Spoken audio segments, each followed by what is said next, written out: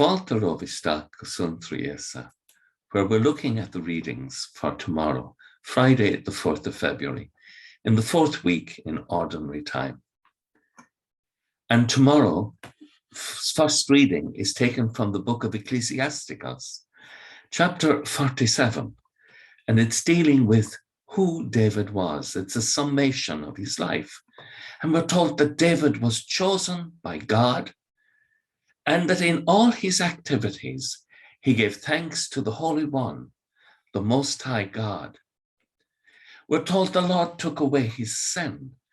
We're not saying that he wasn't sinless. In fact, he was a very broken human being, and yet he was deeply loved by God, who gave him a royal covenant and a glorious throne in Israel.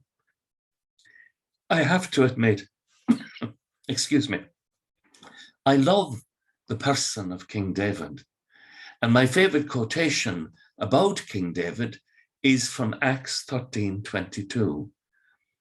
I have found David, son of Jesse, a man after my own heart. Now just think about that for a moment, that God would say about any of us that we are people after his own heart. I think that is absolutely beautiful. And so you've the coin, the golden coin of David there. But David's greatest achievement is that he had a heart like God's heart, like the Sacred Heart.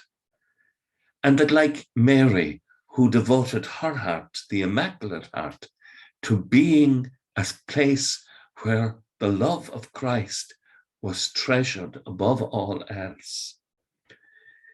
It's a devotion in our lives to ask God for the grace that our hearts would become like his.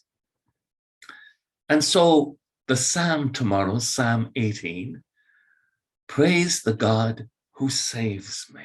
Because the only way our hearts can become like Christ's heart is that we pray for the grace, the perfect grace of God.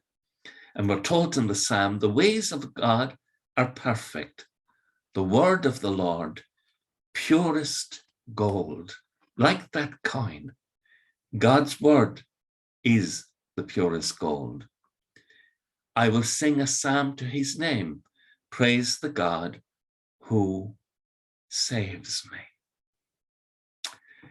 And tomorrow, the gospel contains the mystery of evil and the triumph of martyrdom. It's very difficult. I've always found this the most difficult passage to say, this is the gospel of the Lord. The story of how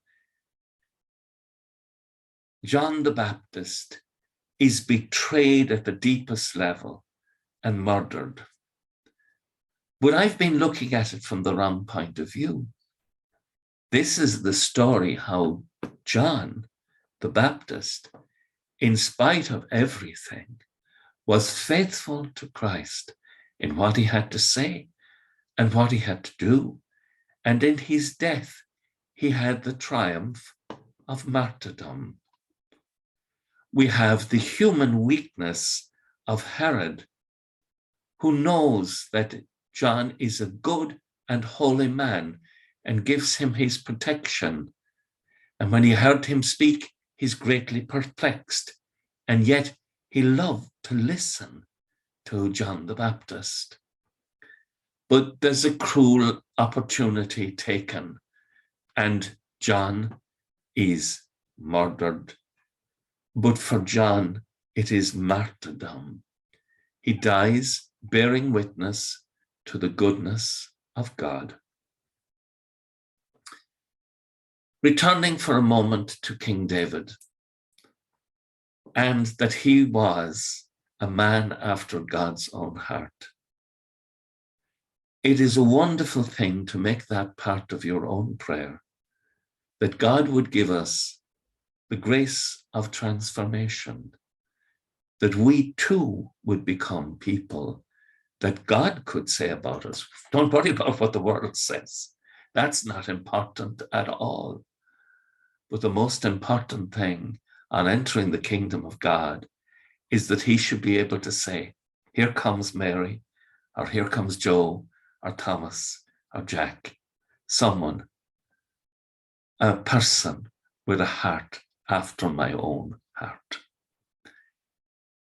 There's a prayer to pray.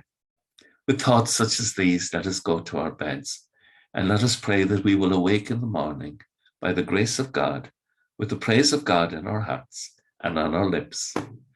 Agus go melody elikok the kshiv, ahar mak agus spirit nev. Amen. Let us go in peace to love and serve the Lord. Slán agus banach. Bye.